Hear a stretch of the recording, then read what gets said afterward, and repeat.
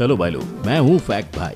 और क्या आपने कभी सोचा था कि आपके पसंदीदा हीरो के फाइटिंग और एक्शन सीन के पीछे जो ढिशुम ढिशुम की आवाज सुनाई देती है वो दरअसल चप्पल और कच्चे मांस से बनाई जाती है। हाँ सच्ची। So we have a flank steak. तो जैसे कि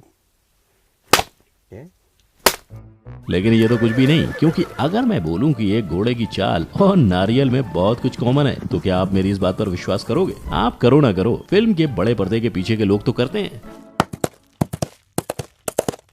लेकिन इससे पहले कि मैं आपको इसका राज बताऊं, एक बात बताओ, अगर आपको कोई बोल दे कि बारिश की आवाज को रिकॉर्ड करना है तो आप सबसे पहले क्या रिकॉर्ड करोगे? असली बारिश या नलके से बह रहे पानी को? राइट। अब अगर आपने ये दो बातें सोची तो आप पूरे के पूरे गलत हो, क्योंकि मूवीज में बारिश की आवाज रिकॉर्ड करने के लिए नमक और शक्कर का इस्तेमाल किया जाता है। लेकिन कैसे? वेल, ऐसे ही आवाजों के पीछे का सच हम जानेंगे in our today's video title, how sounds are made in Bollywood movies. Number 1, घोड़े जैसी चाल। एक बात बताओ, जब भी आप ये आवाज सुनते हो तब आपका दिमाग ऑटोमेटिकली घोड़े पर चला जाता है ना? लेकिन अगर मैं कहूँ कि आपका दिमाग बहुत गलत दिशा में दौड़ रहा है, क्योंकि असल में ये तो नारियल के छिलके की आवाज है। जी हाँ, और ये सीन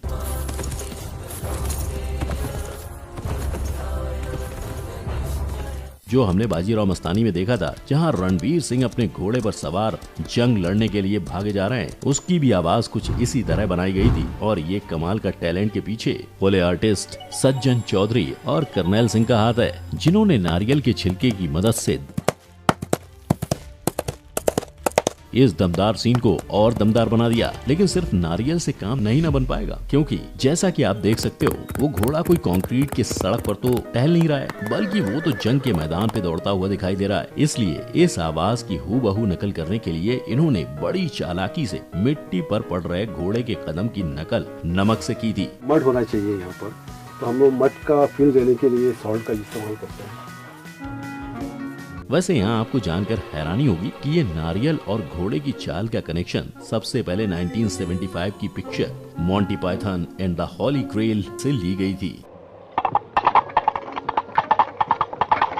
जिसका इस्तेमाल आज भी किया जाता है। पर मुझे बताएं, आपके दिमाग में क्या सवाल आ रहा होगा कि ये फोले आर्टिस्ट क्या होते हैं? हाँ, तो ये फोले आर्टिस्ट वो लोग होते हैं जो फिल्म में चल रहे सीन के पीछे सारे एक्स्ट्रा आवाज, जैसे कोई ताली बजा रहा है या जोर से सांस ले रहा है या जानवर की आवाज, ऐसी आवाजों को और भी अच्छी तरह से बताने के लिए अपने आजू बाजू से मिलने वाली वेस्ट चीजों से रियलिस्टिक आवाज बनाते हैं।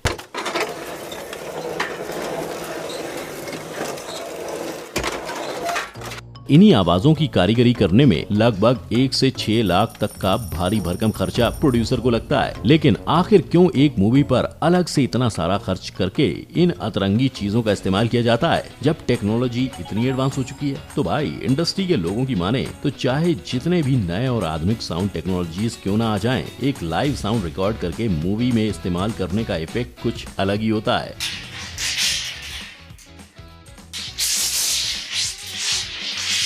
जो कोई भी आर्टिफिशियली मेड साउंड से नहीं हासिल हो सकता है। और आप मानोगे नहीं, ये जो टेक्निक की हम बात कर रहे हैं वो दरअसल 1920 से चली आ रही है, जिसको शुरू करने का श्रेय जाता है जैक फोले को, जिन्होंने इसकी शुरुआत की थी साइलेंट एरा के जमाने में, जब मूवीज में कोई डायलॉग नहीं हुआ करते थे। पूरी मूवी सिर्फ एक्टिंग, इमोशंस और साउंड इफेक्ट्स पे ही चलती थी। जैसे कि चार्ली चैपलिन की कोई भी मूवी देख लो, और वो अपने आजू बाजू की चीजों से मूवीज में ये रियलिटी के इफेक्ट्स लाते थे। इनका इम्पैक्ट इतना ज्यादा था कि आज इन्हीं आर्टिस्ट को फोले आर्टिस्ट भी बुलाया जाता है। नंबर 2, कदम कदम बढ़ाए जा। हर हीरो की चाल एकदम अलग और हटके होती है, और इन फोले आर्टिस्ट के लिए तो कुछ ज्यादा ही। नहीं समझे? देखो, तो सीन कुछ ऐसा है कि हम जब बड़े पर्दे पर कोई हीरो या विलेन की एंट्री देखते हैं, तब उनके कदमों की आवाज से ही एकदम साफ पता लग जाता है कि भाई कोई तो दमदार कैरेक्टर की एंट्री हो रही है। पर आखिर ये फीलिंग के पीछे क्या राज हो सकता है? अरे भाई, यहाँ भी हमारे फोले आर्टिस्ट ही अपना जादू दिखाते हैं, और ऐसा वो खुद अलग अलग जूते पहनकर करते हैं। लेकिन ये गलतफहमी में मत रहना, हर एक्टर एक्ट्रेस के चाल के लिए एक ही जूता इस्तेमाल किया जाता होगा, क्योंकि मजेदार बात तो ये है कि इन फोले आर्टिस्ट को भी हर कैरेक्टर के हिसाब से उनके कदम और चाल की आवाज की नकल करनी पड़ती है। जैसे कोई गब्बर की तरह आइकॉनिक विलेन हुआ तो उसके चलने की स्टाइल भाग मिल्खा से बहुत अलग होगी। उसी तरह अगर कोई नाजुक सी हीरोइन की नजाकत भरी चाल को आवाज देने की जरूरत पड़ जाए तो उस रोल के लिए भी अलग से जूते चुने जाएंगे और इन फोले आर्टिस्ट को इन एक्ट्रेस की इसी नजाकत को अपने स्टूडियो में अपने तरीके से बनाना पड़ता है। यानी देखा जाए तो इन फोले आर्टिस्ट को भी किसी एक्टर या एक्ट्रेस की तरह हर कैरेक्टर को बहुत ध्यान से समझना पड़ता है और तभी जाके वो सही तरीके से उनके चाल की आवाज देने में सफल हो पाते हैं। नंबर 3, बरसों रे मेघा मेघा।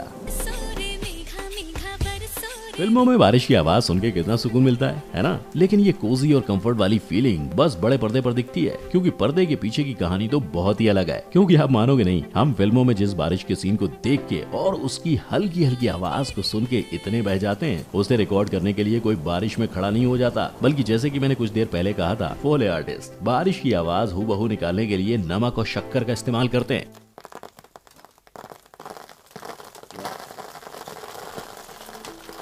और सिर्फ इतना ही नहीं, उन लोगों को इस बात का भी ख्याल रखना पड़ता है कि फिल्म के सीन में बारिश कितनी तेजी से गिर रही है या फिर हल्की हल्की ही गिर रही है। यानी इन्हें हर उस बात का ख्याल रखना होता है जिस बात पर शायद किसी दर्शक का ध्यान भी न जाता होगा। नंबर 4, नादान परिंदे। अच्छा तो दर्शकों एक बात बताओ, क्या आपने कभी किसी पंछी और अपने वॉलेट में कोई भी समानता देखी है? आई एम श्योर आपने नहीं देखी होगी, पर हमारे कमाल के फोले आर्टिस्ट को ये समानता दिखाई देती है। अब इससे मेरा मतलब ये है कि जब भी कोई फिल्म में पक्षी या परिंदे को उड़ने या उसके पंखों को फड़फड़ाने की आवाज को बताना होता है, तब ये फोले आर्टिस्ट और कहीं नहीं बल्कि अपने पीछे की पॉकेट में ही हाथ डालते हैं।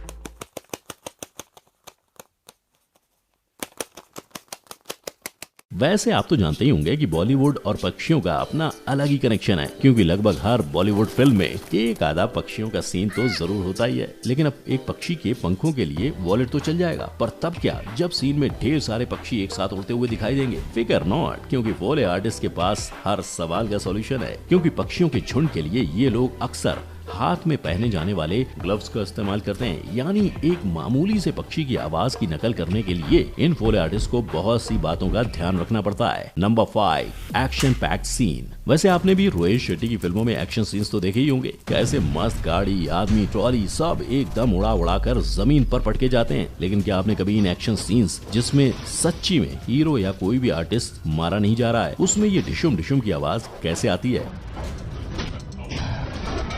भाई मैं तो बोलूंगा आपको ये जान के हैरानी होगी कि ये सीन में जो हड्डियों के तोड़ने मरोड़ने की आवाज आती है ना, वो दरअसल सब्जियों से निकाली जाती है। जी हाँ, दरअसल फ्रिज में पड़े हुए गोभी को अगर माइक्रोफोन के सामने कुचला जाए तो एकदम डिट्टो हड्डियों के टूटने की आवाज आएगी। यही नहीं, ऐसे और भी तरीके हैं जिससे हड्डी के मरोड़ने की आवाज निकाली जाती है, जैसे सेलरी या फिर कच्चे पास्ता से भी। वैसे ये तो बात हुई हड्डियों की, पर अगर तुम किसी फाइटिंग सीन को देखो तो सिर्फ हड्डियां तो नहीं टूटी है ना, विलेन और हीरो के बीच में एक आधा मुक्का और लात भी पड़ ही जाती है। तो ऑब्वियस सी बात है, ये एक्टर लोग एक दूसरे को सच्ची मुच्ची का तो पीट नहीं देंगे ना। इसलिए इन पंचिंग और किकिंग के सीन्स में आवाज डालने के लिए ये लोग अपने आप को ही पीट लेते हैं। और आप मानोगे नहीं, कभी कभी अगर सीन में एकदम दमदार पंच को दिखाना पड़ जाए तो ये लोग कच्चे मांस का भी इस्तेमाल कर लेते हैं। अब इससे होता क्या है, ये मांस को पंच करने से जो आवाज निकलती है वो हूबहू किसी को सच्ची में पंच कर रहे हो वैसी लगती है। अब पंच तो थोड़ा इंटेंस हो गया। मान लो कि साधारण से थप्पड़ वाले सीन पर आवाज डालनी पड़ जाए तो ये फोले आर्टिस्ट चप्पल से अपना काम चला लेते हैं। वहीं अगर कोई जंग का सीन दर्शाना है, जैसे अगर हम बाजीराव मस्तानी के सीन की बात करें, तो फोले आर्टिस्ट अपने पास मौजूद अलग अलग प्रॉप्स की मदद से उस सीन को और बेहतर बना देते हैं। बेसिकली इन सारी चीजों से एक बात तो एकदम क्लियर हो जाती है कि बस मूवी बना देने से काम खत्म नहीं हो जाता, बल्कि वो तो बस 30% जितना काम होता है। बाकी का सारा मिर्च मसाला और मैजिक तो ये साउंड डिपार्टमेंट वाले और एडिटिंग वाले करते हैं। तो अगली बार जब आप कोई मूवी देखने जाएं तो ध्यान से कान खोल कर साउंड इफेक्ट्स पर जरूर ध्यान लगाना। क्या पता आपको इस वीडियो में दिखाई गई कोई रेफरेंस ही मिल जाए। और ये सारे पॉइंट्स में से आपको सबसे शॉकिंग पॉइंट कौन सा लगा, ये नीचे कमेंट सेक्शन में जरूर बताना। और अगर ये वीडियो से कुछ भी ज्ञान मिला हो तो इसे लाइक और शेयर भी कर देना। और ऐसे ही वीडियोस देखते रहने के लिए चैनल को सब्सक्राइब करके साइड वाले बेल बटन को भी हिट कर देना। हम मिलेंगे अगली बार। जय हिंद।